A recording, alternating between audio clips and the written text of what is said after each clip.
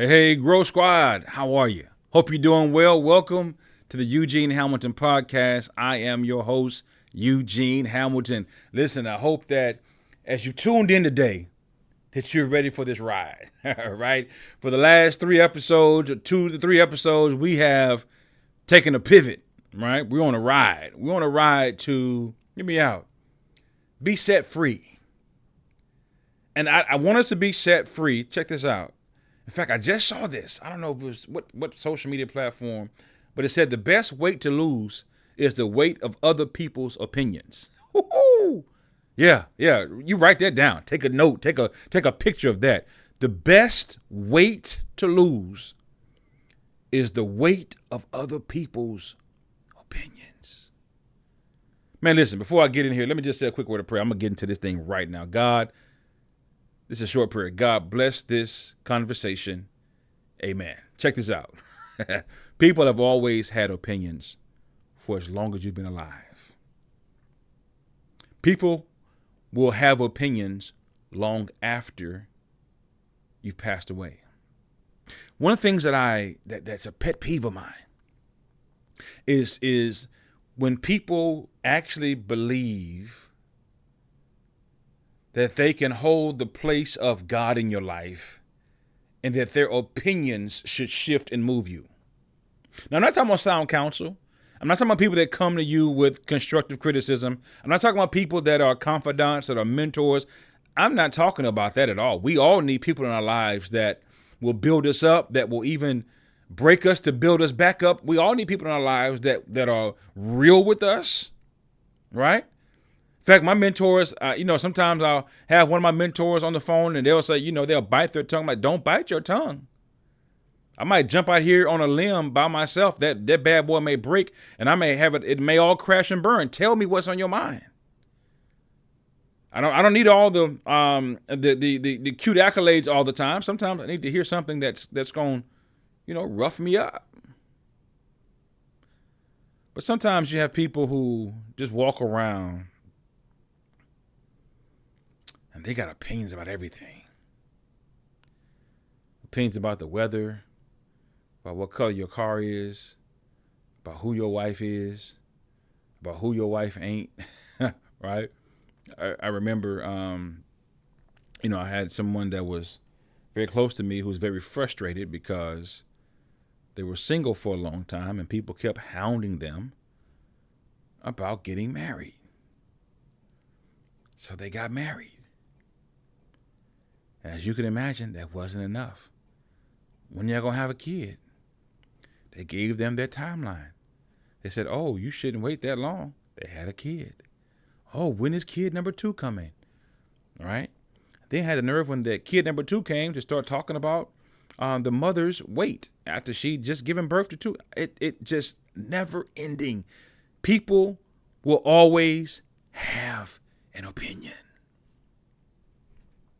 And one of the things about life is that life is more about facts than opinions. Life is more about what's real versus that which ought to be, can be, and should be. Life is more about, here's the raw data. Oh no. In fact, oh man, where is it? I'm going to pull it up right now on my phone. Yeah, I'm going to pull it up right now. Where is this quote? I'm pulling it up. I forgot my passcode. Check this out. Here it is. If you follow me on social media, in fact, follow me at Eugene J. Hamilton. It's on. I posted this the other day. It said this: seeing things for what they are instead of what you imagine them to be will change your life. Yeah, see things for what they are. Like I could say to myself, Eugene weighs 195 pounds. I imagined, right, after eating clean for 2 weeks, in my head, Eugene's going to be back at his weight when he finished high school. But when I go back to the scale, it's like, nah, bro, add some decades on that. You're not 195, bro. Seeing things for what they are instead of what you imagine them to be can actually change your life. And it can change your life in a very profound way, though. I'm not talking about the opinions of people. I'm talking about what's real in your life. So what's real in your life is where you are right now. Yeah. But hear me out. And if you're with me on YouTube, in the chat, in the comment section, just keep it real. Keep it real. What's real right now is what's really happening in your life. You can wish that you have made $1 million by now, but hey, if you're only making whatever you're making per year at your job, listen, that reality will shift your life. Because some of us right now are not only living in the shadow of people's opinions, but some of us have shifted now to this false reality of what we thought we would be at this point in our lives. At 45 years of age, I don't really know what I thought life was going to be at right now. I can't, for real. And I say that because, and people always, think to themselves, what kind of hood that you grew up in a small town in Louisiana? And in context, most of the times, bigger cities, yes, they have crime. Yes, bigger cities. I live in Los Angeles. Big cities have what they have, but they also have on the other side opportunity.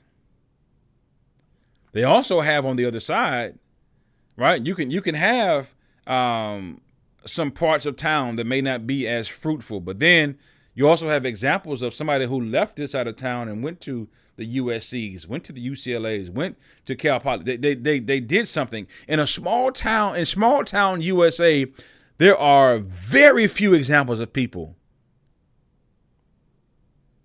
that were able to make it out, because you actually have to leave where you are and go somewhere else to make your dreams a reality. Don't miss what I'm saying. In a metropolitan area, I can actually choose to stay on this side of town, right? And do hood work, do, neighborhood work, right? For those of you that know what I mean, you know what I mean. Or I can choose in the same city to go across town and meet a whole different mindset. In small town USA, man, it's like crabs in a barrel. It's like you think about this idea of, I think I said this, I thought I had to sneeze, sorry. I think I do have to sneeze. Excuse me. Think about this. Everybody on my street growing up, let me think before I say this. Yeah. Everybody on my street growing up, boom, boom, boom. Yeah, had a stepfather. Every single person on my street where there's a father in the home. Now, there were some homes on my street that there was no father, just mother present. But everybody on my street had a stepfather. So check this out. It was almost as if people began to normalize the fact that families would inevitably be broken, and the person I would marry, I'd have to try to put their family back together again, essentially. It's almost like individuals thought to themselves, because this is what we are seeing. This is not what we're hearing. It's not television. This is in my face. I'm going to my boy's house, and it's their stepfather there, right? And so what happens is you begin to normalize things and don't think that you can either do better or that this is abnormal. Right? So sometimes, going back to the original point of what I'm sharing right now, sometimes people's opinions become so loud in your minds, you begin to normalize people's opinions of you. And you don't think it's abnormal to have somebody so zoomed in on your life that they want to put their opinions all over you. Right? And think that you ought to march to the beat of what they think you ought to be. Hear me out. As you think to yourself right now and in my life for the longest, and I said this on another episode, as a traditional thinking pastor, right? And the funny thing about this, I was talking to someone the other day. I said, man, I did the four walls for so long. And what I mean by that is I pastored people who had already been introduced to Jesus for so long. You begin to become desensitized to the people that actually had never heard about him. Yeah, you sit in the four walls so long, and all people do is complain about or have opinions about this or the other. You forget that you've actually been called to the lost house, not to the saved house. And even on this podcast, it's not a Christian podcast, not a faith-based podcast, but as we've pivoted, we're going to talk a little bit more about faith in Jesus. I believe that there are some people who have never been inside of the four walls that I may be able to share something with that may shift your thinking about this loving God that loves you where you are. So many times people have been made to believe that, hey, God can only love you in this place, in this way. And hence there's so many of my contemporaries, so many of my colleagues, so many of my classmates growing up and otherwise who are no longer connected because, hey, they've been given a false picture of somebody who loves you no matter where you are. And other people's opinions of you, and many of you listening right now, may have said to yourself, I'm too far away to get back. No, no, no. Don't you let other people's opinions. Can anybody give you, can next time somebody tells you you're too far away to get back to God, or you got to take this route to get to God, or you got to do this, that, and the other, tell them to give you some word for that. Tell them to give you the Bible. Give you some Bible for that. I don't want your opinion. Give me some solid scriptures for that. I promise you they can't. So the way that you become free of other people's opinions is you've got to trust God over your gut. And this is funny because we hear people all the time talk about, man, trust your gut. What is your instinct? And how many people have fallen flat on their face because they trusted their gut? I know I have. Raise your hand if you're sure. Right? You trusted your gut instead of God. And sometimes you want to trust your gut because your gut's idea or your instincts would suggest that the path would be more flowery, more pretty than what God is saying to do. Listen, having a solid check come in every month is way more comfortable than being an entrepreneur. I promise you.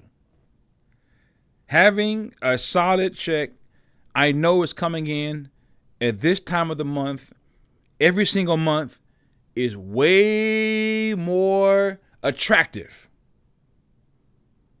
People oftentimes say they want to be entrepreneurs. Everybody's not built for it.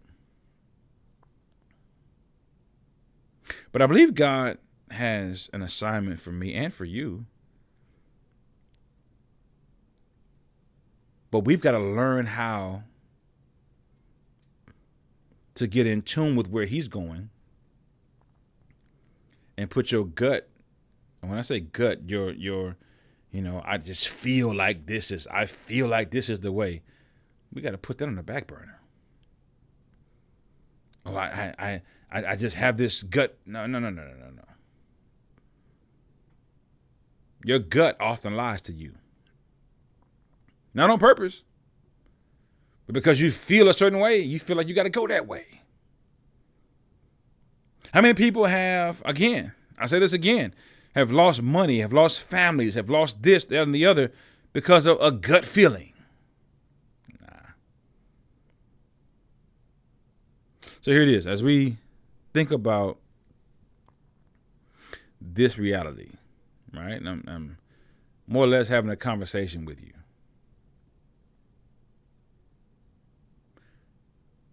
I want you, I'm inviting you to learn how to hear an opinion, let it go in one ear, and if it doesn't mean you well, go out the other ear. Repeat after me. Let it go in one ear and out the other. Repeat it one more time. Let it go in one ear and out the other ear. Yeah. Because listen, as long as you live, people are going to have an idea of what they think your life should look like. I pastored for 17 years, single. People would always, for a certain, until they got to a place where they realized I'm going to do anyway. I always had these opinions about, if you were married and blah, blah, blah, you should be this, you should be married, right? And it's so funny because a lot of people I know, this ain't no shade, this is just reality, that got married because somebody said they need to get married, or they thought that they need to be married to get a certain job or to have a certain look for a church or a job or a certain congregation. Many of them are having challenges because they didn't do it for the right reason.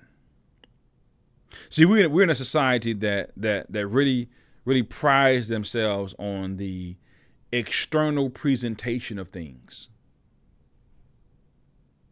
Like, they look the part. This person looks like they should be in this position. This person looks like they should have, and they have no character. How many people do we know that looked the part but didn't live the part? They checked all the boxes. They had the 6 figures. They had the nice car. They had this or the other. But they had no integrity.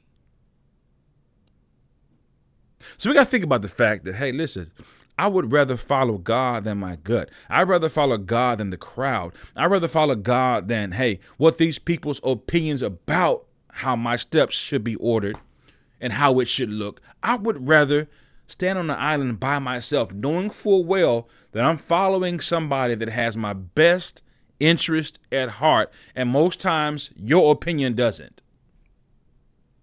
It's just facts. Most of the times people are just talking based on what they think things ought to look like or what they think things should be, and they have nothing to stand on with it. They're just talking. So my question is, what are you going to do? What are you going to do as we turn this corner together? What you going to do? What have you decided to do with people's opinions or the path you know that God has for you? What are you going to do?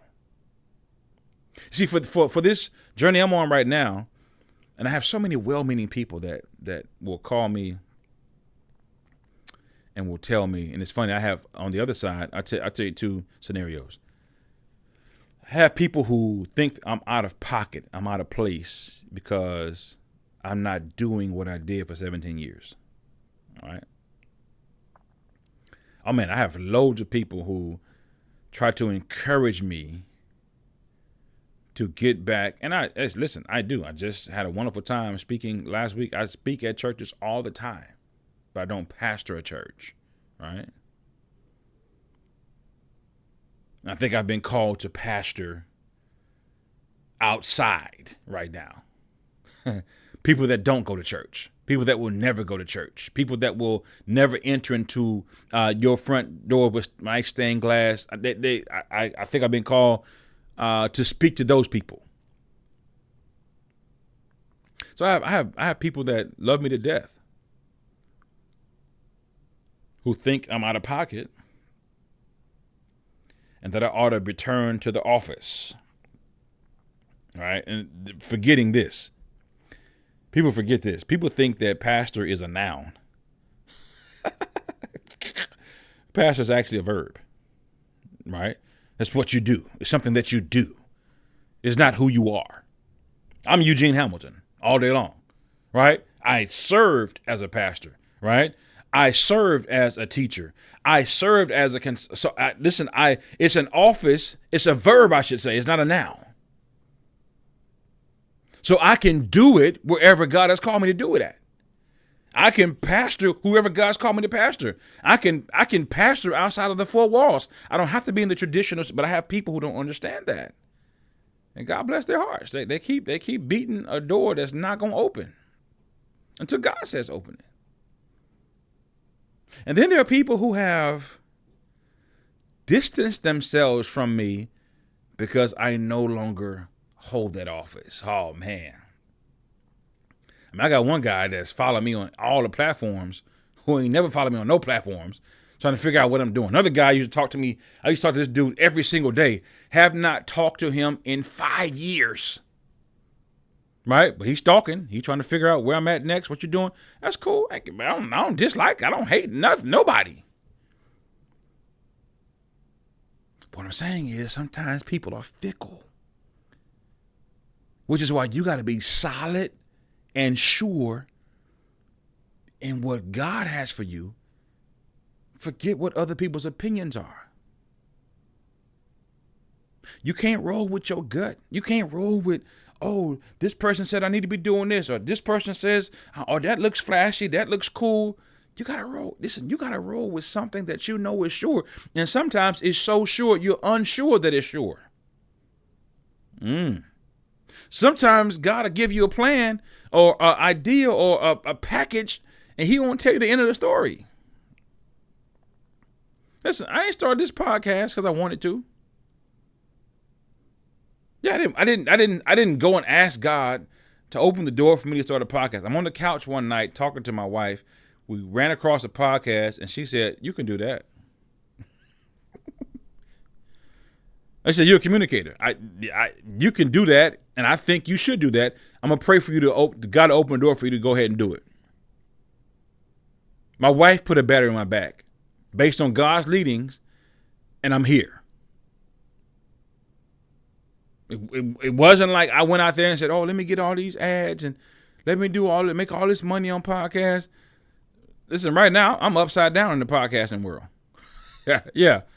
I'm not out here making. You fix your mind.